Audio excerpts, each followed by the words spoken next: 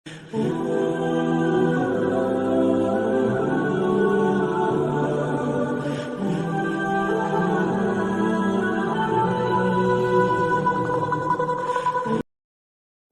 للہ رب العالمین، تمام تعریفیں اس اللہ کے لیے ہیں جو سارے جہانوں کا پالنہار ہے، پروردگار ہے۔ الرحمن الرحیم، جو بے حد مہربان اور نہایت رحم کرنے والا ہے۔ مالک یوم الدین، جو بدلے کے دن کا مالک ہے، روز جزا کا مالک ہے۔ قرآن کریم کی تلاوت سے پہلے ہم اور آپ تعوذ پڑھتے ہیں، تسمیہ پڑھتے ہیں، یعنی اعوذ باللہ من الشیطان الرجیم اور بسم اللہ الرحمن الرحیم۔ قرآن کریم کی تلاوت سے پہلے تعوذ پڑھنا اور تسمیہ پڑھنا، یعنی اعوذ باللہ اور بسم اللہ پڑھنا، یہ سنت ہے۔ قرآن کریم میں اللہ رب العزت نے اس کا حکم دیا، فَإِذَا قَرَأْتَ الْقُرْآنَ فَاسْتَعِذْ بِاللَّهِ فَإِذَا قَرَأْتَ الْقُرْآنَ فَاسْتَعِذْ بِاللَّهِ مِنَ الشَّيْطَانِ الرَّجِيمِ، کہ جب تم قرآن کریم کی تلاوت کرو تو شیطان مردود سے اللہ تعالیٰ کی پناہ چاہو۔ اور حدیث مبارک میں نبی علیہ السلام نے ارشاد فرمایا کہ ہر اچھے کام کو شروع کرنے سے پہلے بسم اللہ الرحمن الرحیم پڑھنا چاہیے، اللہ تعالیٰ کا نام لینا چاہیے۔ لہذا اسی وجہ سے قرآن کریم کی تلاوت سے پہلے اعوذ باللہ پڑھنا اور بسم اللہ پڑھنا یہ سنت ہے۔ درمیان تلاوت جب بھی ہم کوئی سورت شروع کریں گے تو اس سورت سے پہلے ہم بسم اللہ الرحمن الرحیم پڑھیں گے، یعنی جب تلاوت کا ہم آغاز کریں گے، تلاوت کی شروعات کریں گے، تب تو ہمیں اعوذ باللہ بھی پڑھنا ہے اور بسم اللہ بھی پڑھنا ہے۔ یہ کوئی ضروری نہیں ہے، لازم نہیں ہے، بس سنت ہے، اور ایسا کرنا چاہیے کہ تلاوت قرآن سے پہلے شیطان مردود سے اللہ تعالیٰ کی پناہ مانگنی چاہیے اور بسم اللہ پڑھ کر اللہ تعالیٰ کی رحمت میں آ جانا چاہیے۔ اب دوران تلاوت جب بھی ہم کوئی سورت شروع کریں گے تو سورت کو شروع کرنے سے پہلے ہم بسم اللہ الرحمن الرحیم پڑھیں گے۔ پورے قرآن مجید میں جب بھی ہم کوئی سورت شروع کریں گے تو اس سے پہلے بسم اللہ پڑھیں گے، سوائے سورہ برات کے جو 10ویں پارے میں جو سورت ہے، جو اس طرح سے شروع ہوتی ہے براءۃ من اللہ ورسولہ آخر تک، یہ جو سورت ہے اس کا نام ہے سورہ برات۔ اس کے علاوہ پورے قرآن مجید میں جب بھی ہم درمیان تلاوت کسی بھی سورت کو شروع کریں گے تو بسم اللہ پڑھیں گے۔ اب اس سورت کے شروع میں بسم اللہ کیوں نہیں پڑھنی چاہیے؟ جب کبھی سورت یہ پڑھی جائے گی اور اس کی تفسیر آئے گی تو تفصیل کے ساتھ یہ بات بتائی جائے گی۔ بیان یہاں 2-3 مسئلے ہیں، وہ ذہن میں رکھنے چاہیے۔ پہلا مسئلہ یہ کہ جب ہم تلاوت کر رہے ہوں اور درمیان تلاوت سورہ برات شروع ہو جائے، مثال کے طور پر سورہ برات سے پہلے سورہ انفال ہے، ہم سورہ انفال پڑھ رہے ہیں کہ پڑھتے پڑھتے سورہ انفال مکمل ہو گئی، اب ہمیں آگے سورہ برات شروع کرنی ہے، تو اب ہم جب سورہ برات شروع کریں گے تو بسم اللہ نہیں پڑھیں گے، ڈائریکٹ سورت کو شروع کر دیں گے۔ تو یہ ہے پہلا مسئلہ کہ درمیان تلاوت جب بھی سورہ برات کو ہم پڑھیں گے تو وہاں بسم اللہ نہیں پڑھیں گے، ڈائریکٹ سورہ برات کو شروع کر دیں گے۔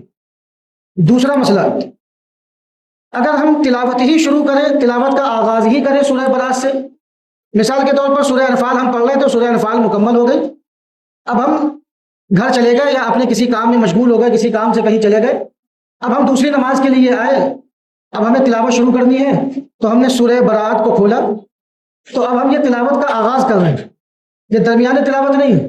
جو ہم نے پہلا مسئلہ بتایا تھا وہ درمیان تلاوت کا مسئلہ تھا کہ ہم جو ہے تلاوت کرتے ہوئے آ رہے ہیں اور سورہ برات شروع ہو گئی، تو اس کا مسئلہ یہ تھا کہ وہاں بسم اللہ نہیں پڑھنا، وہاں ڈائریکٹ سورہ برات کو شروع کر دیں گے۔ اب یہ مسئلہ دوسرا ہے کہ ہم تلاوت کا آغاز ہی سورہ برات سے کر رہے ہیں، اس کی صورت ہم نے آپ کو سمجھائی کہ سورہ انفال ہم مکمل کر چکے تھے، یا ہم قرآن پڑھ کے اپنے کام میں مشغول ہو گئے یا کہیں چلے گئے، پھر جب ہم مسجد آئے اور ہم نے تلاوت شروع کری اور ہم نے یہ تلاوت شروع کری سورہ برات سے، تو اب ہم یہاں اعوذ باللہ بھی پڑھیں گے اور بسم اللہ بھی پڑھیں گے، اس لیے کہ یہاں ہم تلاوت کا آغاز کر رہے ہیں، اور تلاوت کے آداب میں سے یہ ہے کہ پہلے تعوذ پڑھا جائے پھر اس کے بعد بسم اللہ پڑھی جائے، یہ دوسرا مسئلہ۔ تیسرا مسئلہ یہ ہے کہ سورہ برات کو ہم درمیان سے شروع کریں۔ ابھی اس سے پہلے جو مسئلہ بیان کیا وہ کیا تھا کہ ہم تلاوت کا آغاز ہی کریں سورہ برات سے، یہ تیسرا مسئلہ ہے کہ ہم سورہ برات کے درمیان سے تلاوت کا آغاز کریں۔ سورہ برات کا کچھ حصہ ہم نے پڑھ لیا، 2-4-10 آیتیں یا آدھی سورت پڑھ لی، اس کے بعد ہم اپنے کسی کام میں مشغول ہو گئے یا کہیں چلے گئے، پھر جب ہم اب دوبارہ تلاوت شروع کر رہے ہیں اور جہاں سے ہم نے تلاوت چھوڑی تھی وہاں سے شروع کر رہے ہیں، تو ہم ایسی صورت میں بھی اعوذ باللہ بھی پڑھیں گے اور بسم اللہ بھی پڑھیں گے۔ تو وہ جو صورت ہے کہ درمیانے قرات درمیانے تلاوت سورہ برات آ جائے کہ سورہ انفال پڑھ رہے تھے، پڑھتے پڑھتے سورہ انفال ختم ہوئی اور ہم نے سورہ برات کو شروع کیا، تو اب ایسی صورت میں ہم بسم اللہ نہیں پڑھیں گے، ڈائریکٹ سورہ برات کو شروع کر دیں گے۔ دوسرا مسئلہ، ہم تلاوت کا آغاز ہی کریں سورہ برات سے، تو یہاں تلاوت کے آداب میں سے چونکہ تحفظ اور تسمیہ پڑھنا ہے، لہٰذا جب ہم تلاوت کا آغاز ہی سورہ برات سے کریں گے تو تحفظ بھی پڑھیں گے اور تسمیہ بھی پڑھیں گے۔ تیسرا مسئلہ، سورہ برات کے درمیان سے ہم پڑھنا چالو کریں، تو یہاں پاس بھی ہم تلاوت کا آغاز کر رہے ہیں، لہٰذا تحفظ بھی پڑھیں گے اور تسمیہ بھی پڑھیں گے۔ چوتھا مسئلہ، اگر کوئی شخص سورہ برات کے شروع میں بسم اللہ پڑھ لے، پڑھنا تو نہیں چاہیے لیکن اگر پڑھ لے تو کیا وہ گناہ گار ہوگا؟ تو اس کا جواب یہ ہے کہ گناہ گار نہیں ہوگا۔ بہتر طریقہ یہ ہے کہ درمیان تلاوت سورہ برات سے پہلے ہم بسم اللہ نہ پڑھیں، لیکن اگر کوئی پڑھ لیتا ہے تو وہ گناہ گار نہیں ہوگا۔ یہ 2-4 مسئلے تھے۔ اب سوال یہ ہوتا ہے کہ تلاوت سے پہلے تعوذ کیوں پڑھنا چاہیے اور تسمیہ کیوں پڑھنی چاہیے؟ اس میں حکمت کیا ہے؟ اس میں حکمت یہ ہے کہ تعوذ کا ترجمہ ہے کہ میں اللہ کی پناہ چاہتا ہوں شیطان مردود سے۔ جب ہم تعوذ پڑھتے ہیں تو ہم شیطان کے جال میں پھنسنے سے محفوظ ہو جاتے ہیں۔ ہم نے دعا کر لی کہ اے اللہ، میں آپ کے کلام پاک کی تلاوت شروع کرنے جا رہا ہوں، لہٰذا مجھے شیطان کے جال میں پھنسنے سے محفوظ فرما دیجیے۔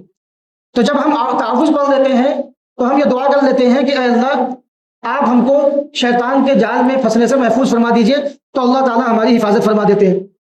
پھر جب ہم بسم اللہ پڑھتے ہیں تو بسم اللہ الرحمن الرحیم کا کیا معنی ہے؟ میں اللہ کے نام سے شروع کرتا ہوں جو بے حد مہربان اور نہایت رحم کرنے والا ہے۔ تو بسم اللہ پڑھ کر ہم اللہ تعالیٰ کی رحمت میں داخل ہو جاتے ہیں۔ اب جب اس طرح سے تلاوت کی جائے کہ شیطان کے جال میں پھنسنے سے ہم محفوظ ہو جائیں اور اللہ کی رحمت میں داخل ہو جائیں، تو جب ہم تلاوت اس حال میں کریں گے تو اللہ تعالیٰ اس تلاوت کا فائدہ بھی ہمیں پہنچائے گا۔ اس تلاوت کا جو بھی فائدہ ہے، یعنی دل میں نور پیدا ہونا، دل کا میل صاف ہونا، اس تلاوت کا فائدہ بھی ہمیں ضرور حاصل ہوگا انشاءاللہ۔ بسم اللہ کے تعلق سے یہ چند مسائل تھے جو آپ کے سامنے بیان کر دیے گئے۔ تھوڑی سی بات اور کریں گے بسم اللہ کے تعلق سے۔ زمانے جاہلیت میں زمانے جاہلیت میں جو لوگ تھے وہ جب بھی کوئی کام شروع کرتے تو بتوں کے نام سے شروع کرتے کہ میں فلاں بت کے نام سے یہ کام شروع کرتا ہوں، فلاں بت کے نام سے یہ کام شروع کرتا ہوں۔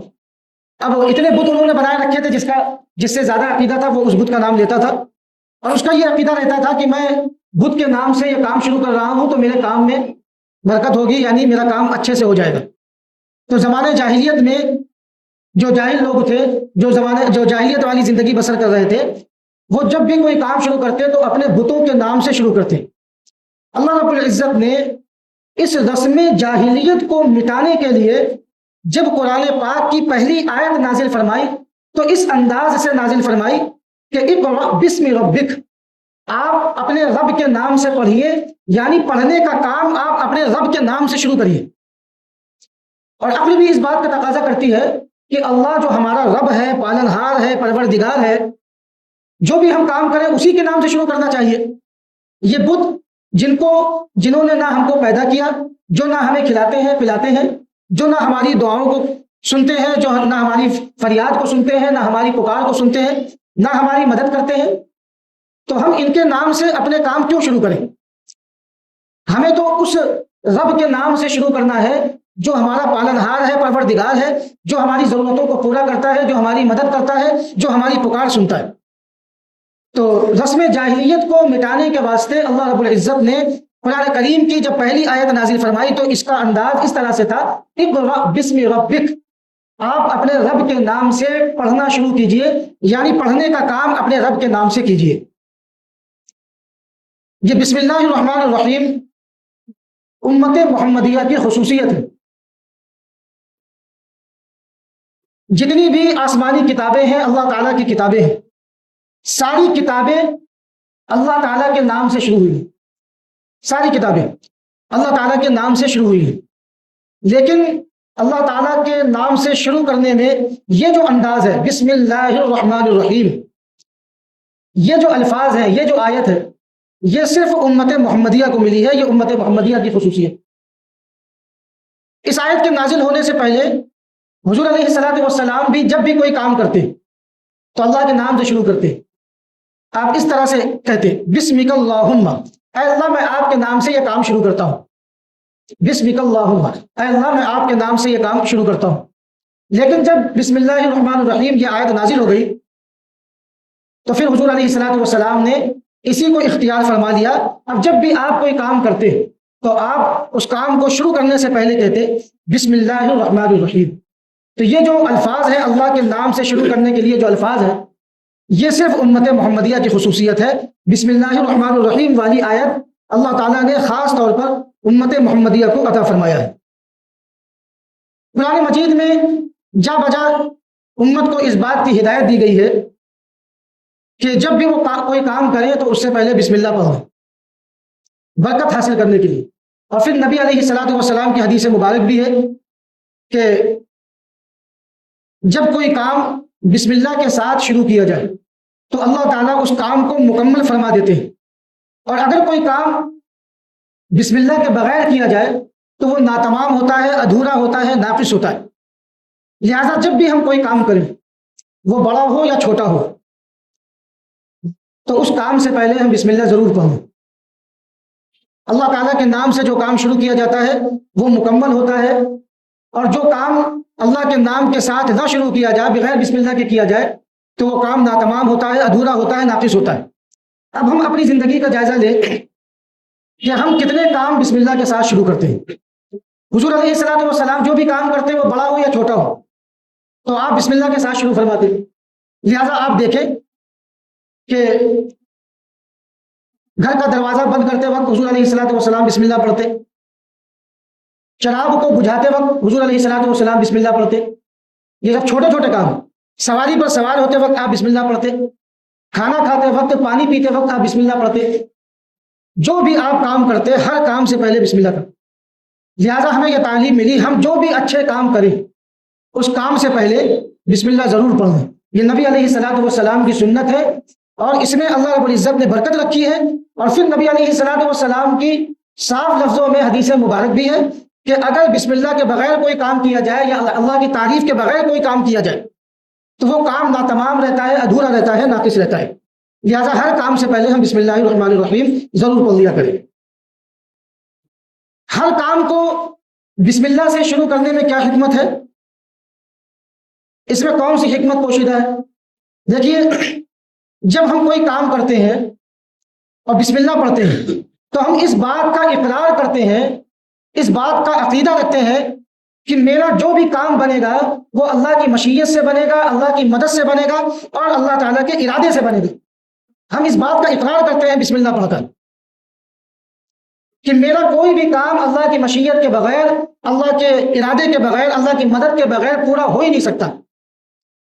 تو جب ہم نے کوئی کام کیا اور اس سے پہلے بسم اللہ پڑھا تو یہ عقیدہ ہمارا ہو گیا، اور اس عقیدے کے ذریعے سے ہم نے اللہ تعالیٰ کی تعریف بھی بیان کر دی۔ اے اللہ، میرا یہ کام بنے گا آپ کی مرضی سے، میرا یہ کام بنے گا آپ کی مشیت سے، میرا یہ کام بنے گا آپ کے ارادے سے، میرا یہ کام بنے گا آپ کی مدد سے، میرا کوئی بھی کام آپ کی مدد کے بغیر نہیں بن سکتا۔ اس میں ہم نے اللہ کی تعریف بھی کر دی اور اللہ تعالیٰ سے مدد بھی چاہ لی کہ اے اللہ، میں آپ کا بندہ یہ عقیدہ رکھتا ہے، لہٰذا آپ میرے اس کام کو بنا دیجیے اور مکمل فرما دیجیے۔ تو ہر کام کو شروع کرنے سے پہلے بسم اللہ پڑھنے میں یہ حکمت پوشیدہ ہے کہ جب ہم بسم اللہ الرحمن الرحیم پڑھتے ہیں تو ہم اس بات کا اقرار کرتے ہیں کہ میرا یہ کام اور جتنے بھی کام ہیں وہ اللہ کی مدد سے بنیں گے، اللہ کی استعانت سے بنیں گے، اللہ کی مشیت سے بنیں گے۔ ایک مومن اور ایک کافر کی زندگی میں فرق ہونا چاہیے۔ بھائی، مومن تو اللہ کا دوست ہوتا ہے، اور کافر جو اللہ کا انکار کرے یا اللہ تعالیٰ کے ساتھ کسی کو شریک ٹھہرائے وہ اللہ کا دشمن ہوتا ہے۔ اللہ کے دوست اور اللہ کے دشمن میں واضح فرق ہونا چاہیے۔ ہمارے بے شمار کام ایسے ہیں کہ جو کفار سے ملتے جلتے ہیں، وہ بھی کھانا کھاتے ہیں، ہم بھی کھاتے ہیں، وہ بھی پانی پیتے ہیں، ہم بھی پیتے ہیں، وہ بھی بزنس کرتے ہیں، ہم بھی بزنس کرتے ہیں، وہ بھی گھر کا دروازہ بند کرتے ہیں، ہم بھی بند کرتے ہیں، وہ بھی سواری پر سوار ہوتے ہیں، ہم بھی سوار ہوتے ہیں۔ بے شمار کام ایسے ہیں کہ جو ملتے جلتے ہیں۔ اب جو اللہ کا دوست ہے، جو اللہ کا دشمن ہے، فرق تو ہونا چاہیے نا۔ وہ فرق ہوگا بسم اللہ الرحمن الرحیم سے، کہ ایک بندہ مومن جب بھی کوئی کام شروع کرتا ہے تو وہ بسم اللہ کرتا ہے، اور کافر جب کوئی کام شروع کرتا ہے تو یا تو یوں شروع کر دیتا ہے، یا تو اس نے جو بت بنائے رکھے ہیں ان کے نام سے کام شروع کرتا ہے۔ تو ایک اللہ کے دوست اور اللہ کے دشمن میں ایک فرق ہونا چاہیے، وہ واضح فرق پیدا ہوتا ہے بسم اللہ سے، کہ ہم نے گھر کا دروازہ بند کیا تو کہا بسم اللہ، ہم نے لائٹ کو آف کیا تو ہم نے کہا بسم اللہ، ہم سواری پر سوار ہوئے تو ہم نے کہا بسم اللہ، ہم نے پانی پیا تو کہا بسم اللہ، کھانا کھایا تو کہا بسم اللہ۔ تو ایک واضح فرق ہو جاتا ہے مومن اور کافر کے درمیان بسم اللہ کے ذریعے سے۔ بسم اللہ الرحمن الرحیم، بسم اللہ اس میں 3 لفظ ہیں، ایک ہے با، دوسرا ہے اسم، اور تیسرا ہے اللہ۔ بسم اللہ اس میں 3 لفظ، با اور دوسرا اسم اور تیسرا اللہ۔ با کے کیا معنی ہے؟ ایک معنی ہے مصاحبت، اس کو عام لفظوں میں سمجھانے کی کوشش کرتا ہوں۔ مصاحبت کے معنی ہے ساتھ ساتھ، ابھی جب اس کا میں مفہوم آپ کو بتاؤں گا تو مطلب واضح ہو جائے گا۔ با کا ایک معنی ہے مصاحبت، کیا معنی؟ ساتھ ساتھ۔ با کا ایک معنی ہے استعانت، استعانت کا مطلب ہے مدد۔ با کا ایک معنی ہے تبرک یعنی برکت۔ اب مفہوم سے سنیے، مطلب واضح ہو جائے گا۔ بسم اللہ، میں اللہ کے نام کے ساتھ ساتھ یہ کام شروع کرتا ہوں، میں اللہ کے نام کے ساتھ ساتھ یہ کام شروع کرتا ہوں۔ اب جب کام اللہ کے نام کے ساتھ ساتھ ہوگا تو وہ کام مکمل ہوگا اور اس کام میں برکت ہوگی۔ اسی طرح دوسرا ترجمہ، میں اللہ کے نام کی برکت سے یہ کام شروع کرتا ہوں۔ تو جب ہم اللہ کے نام کی برکت سے کوئی کام شروع کریں گے تو اس کام میں ضرور برکت ہوگی۔ یہ 2 معنی ہو گئے۔ تیسرے معنی کے اعتبار سے اس کا مفہوم، میں اللہ کے نام کی مدد سے یہ کام شروع کرتا ہوں۔ تو جب ہم کسی کام کو شروع کرنے سے پہلے اللہ تعالیٰ کی مدد چاہیں گے تو اس کام میں ضرور اللہ تعالیٰ کی مدد ہوگی۔ اب اس کو پھر سے سمجھ لیں۔ با کے 3 معنی ہے۔ پہلا معنی مصاحبت، کیا معنی؟ ساتھ ساتھ۔ دوسرا معنی استعانت، استعانت کا کیا معنی؟ مدد۔ اور تیسرا معنی کیا ہے؟ تبرک، تبرک کے معنی ہے برکت۔ اب اس اعتبار سے 3 ترجمے ہو گئے۔ میں اللہ کے نام کے ساتھ ساتھ یہ کام شروع کرتا ہوں، میں اللہ کے نام کی مدد سے یہ کام شروع کرتا ہوں، میں اللہ کے نام کی برکت سے یہ کام شروع کرتا ہوں۔ جو بھی معنی آپ مراد لیں گے آپ کے کام میں برکت ہوگی اور وہ کام مکمل ہوگا اور اس میں اللہ تعالیٰ کی مدد شامل حال ہوگی۔ تو با کا معنی ہو گیا۔ اسم، اسم کے معنی ہے نام۔ مسم کا، آپ کا کیا نام ہے؟ اسمی، میرا نام فلاں ہے، میرا نام خالد ہے، میرا نام راشد ہے۔ آگے تیسرا لفظ اللہ، یہ اللہ تعالیٰ کا سب سے بڑا اور سب سے جامع نام ہے۔ یہ نام صرف اللہ تعالیٰ کے لیے خاص ہے، کسی اور کو ہم اللہ نہیں کہہ سکتے۔ یہ نام صرف اللہ تعالیٰ کے ساتھ خاص ہے۔ اور اللہ تعالیٰ کے جتنے بھی نام ہیں، جیسا کہ حدیث مبارک سے پتہ چلتا ہے کہ اللہ تعالیٰ کے 99 نام ہیں، ان تمام ناموں میں سب سے بڑا اور سب سے جامع جو نام ہے وہ اللہ ہے۔ اور یہ نام صرف اللہ تعالیٰ کے لیے خاص ہے، کسی اور کے لیے یہ نام ہم استعمال نہیں کر سکتے۔ اور اس کا معنی کیا ہے، مطلب کیا ہے؟ وہ ذات جس کے اندر تمام خوبیاں موجود ہیں، تمام صفات کمالیہ موجود ہیں، وہ ذات جو ہر قسم کے نقائص سے، عیوب سے بالکل منزہ ہے اور پاک ہے۔ اور کوئی ایسی ذات نہیں جس کے اندر تمام خوبیاں موجود ہوں سوائے اللہ کے۔ کوئی ایسی ذات نہیں جو تمام نقائص اور عیوب سے منزہ اور پاک ہو سوائے اللہ کے۔ صرف اللہ کی ذات ایک ایسی ذات ہے جس کے اندر تمام صفات کمالیہ، تمام خوبیاں موجود ہیں۔ صرف اللہ کی ذات ایک ایسی ذات ہے جو ہر طرح کے نقائص، ہر طرح کے عیوب، ہر طرح کی کمیوں سے، ہر طرح کی برائیوں سے بالکل منزہ ہے، پاک ہے، صاف۔ یہ صرف اللہ تعالیٰ کی ذات ہے۔ دیکھیے اللہ تعالیٰ کی بعض صفات تو وہ ہے کہ وہ صفات ہمارے اندر بھی ہے، لیکن جس طرح وہ صفات اللہ تعالیٰ کے لیے ثابت ہے، مخلوق میں سے کسی کے لیے بھی وہ صفات اس طرح سے ثابت نہیں۔ مثال کے طور پر سننا، اللہ تعالیٰ بھی سنتا ہے، ہم بھی سنتے ہیں، لیکن فرق کیا ہے؟ اللہ تعالیٰ ایک ہی وقت میں ان گنت آوازوں کو سنتا ہے۔ پوری کائنات میں، صرف دنیا میں نہیں، پوری کائنات میں جہاں کہیں بھی آواز ہو رہی ہے، وہ کم ہو یا زیادہ ہو، کسی بھی چیز کی آواز ہو، انسان کی ہو، جانور کی ہو، ہوا کی ہو، یا کوئی چیز گری اس کی آواز ہو، جہاں کہیں بھی آواز ہو رہی ہے اللہ رب العزت ایک ہی وقت میں تمام آوازوں کو سننے والا ہے، اور ہم ایک وقت میں کئی آوازوں کو نہیں سن سکتے۔ دو لوگ بات کریں تو ہم ایک کی بات سمجھ سکتے ہیں، دوسرے کی بات نہیں سمجھ سکتے، اور جو قریب ہوگا ہم اس کی بات کو سن سکتے ہیں، اگر کوئی دور چلا جائے تو اس کی بات کو ہم نہیں سن سکتے۔ وہ دور کھڑے ہو کے باتیں کرے تو ہم اس کی بات کو نہیں سن سکتے۔ کوئی دور ہو یا قریب ہو، زیادہ ہو یا کم ہو، آواز تیز ہو یا دھیمی ہو، وہ چاہے دل کی ہی آواز کیوں نہ ہو، وہ اللہ سننے والا ہے۔ تو سننے والی صفت اللہ تعالیٰ کے اندر ہے، اللہ تعالیٰ کے لیے یہ صفت ثابت ہے، اور ہم بھی سنتے ہیں، لیکن فرق کیا ہے کہ ایک ہی وقت میں اللہ رب العزت ان گنت بے شمار آوازوں کو سننے والا ہے، اور ہمارے لیے سننے کے لیے کچھ خاص چیزیں متعین ہیں کہ جب کوئی قریب سے بولے گا تب سنیں گے، اور ایک وقت میں ایک ہی کی بات سمجھ پائیں گے۔ اسی طرح دیکھنا، یہ صفت اللہ تعالیٰ کے لیے بھی ثابت ہے اور ہم بھی دیکھتے ہیں، لیکن ہماری ایک حد مقرر ہے کہ ایک حد تک ہماری نگاہ کام کرتی ہے۔ اگر سامنے پردہ ہو یا دیوار ہو تو دیوار یا پردے کے اس پار ہم نہیں دیکھ سکتے، اور اللہ ایک ہی وقت میں ہر چیز کو، ہر ایک کو دیکھنے والا ہے۔ پوری کائنات میں جتنے انسان ہیں، جتنے جنات ہیں، جتنے فرشتے ہیں، یا چیزیں ہوں، بڑی بڑی چیزیں ہوں یا چھوٹی چھوٹی چیزیں ہوں، ذرات ہوں، پیڑ کے پتے ہوں، درخت کے پتے ہوں، اور تنکے ہوں، مٹی کے ذرات ہوں، ایک ایک ذرے کو، ایک ایک تنکے کو، ایک ایک پتے کو اللہ رب العزت ایک ہی وقت میں دیکھ رہا ہے۔ یہ ہے فرق اللہ تعالیٰ کے دیکھنے میں اور ہمارے دیکھنے میں۔ تو اللہ تعالیٰ کا کیا معنی بتایا؟ اللہ وہ ذات ہے، اس ذات کا نام ہے جس کے اندر تمام خوبیاں موجود ہیں، جو تمام صفات کمالیہ کا مالک ہے، جو ہر طرح کے نقائص، ہر طرح کے عیوب، ہر طرح کی کمیوں اور برائیوں سے بالکل منزہ ہے، پاک ہے، صاف ہے۔ بسم اللہ، تینوں لفظ کی جو تعریف کی، تینوں لفظ کے تعلق سے جو باتیں تھیں مختصر انداز میں آپ کو سمجھا دی گئی۔ آگے کیا ہے؟ بسم اللہ الرحمن الرحیم۔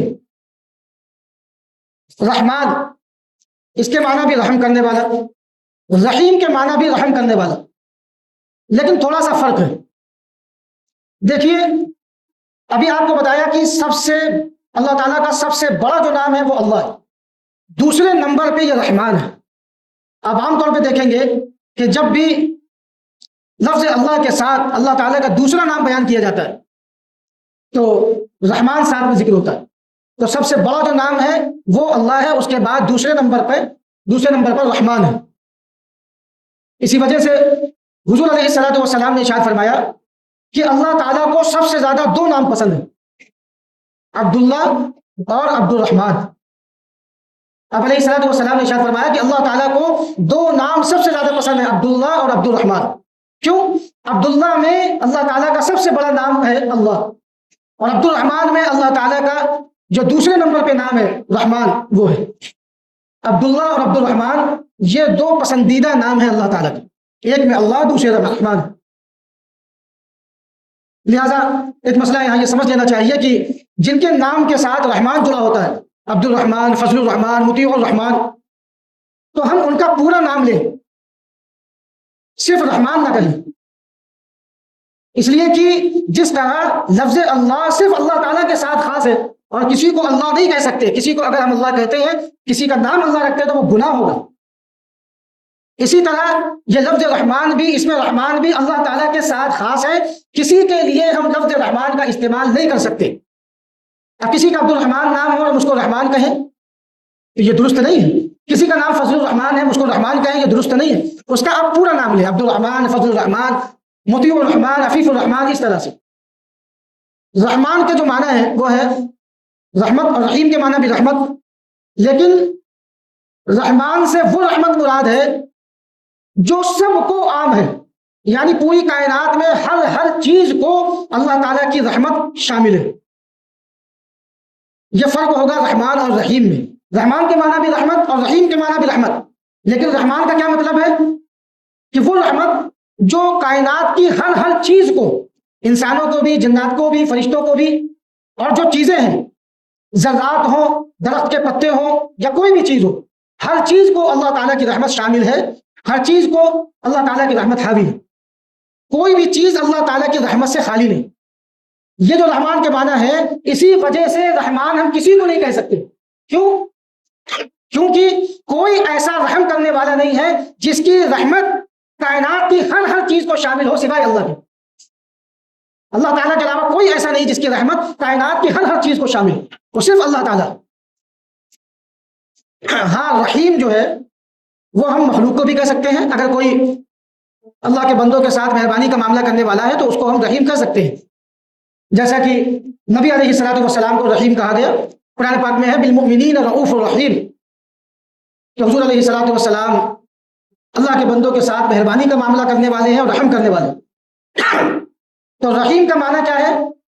رحمان کے معنی تو بتا دیا. رحیم کا معنی ہے کہ کسی کے ساتھ مکمل رحم کرنا.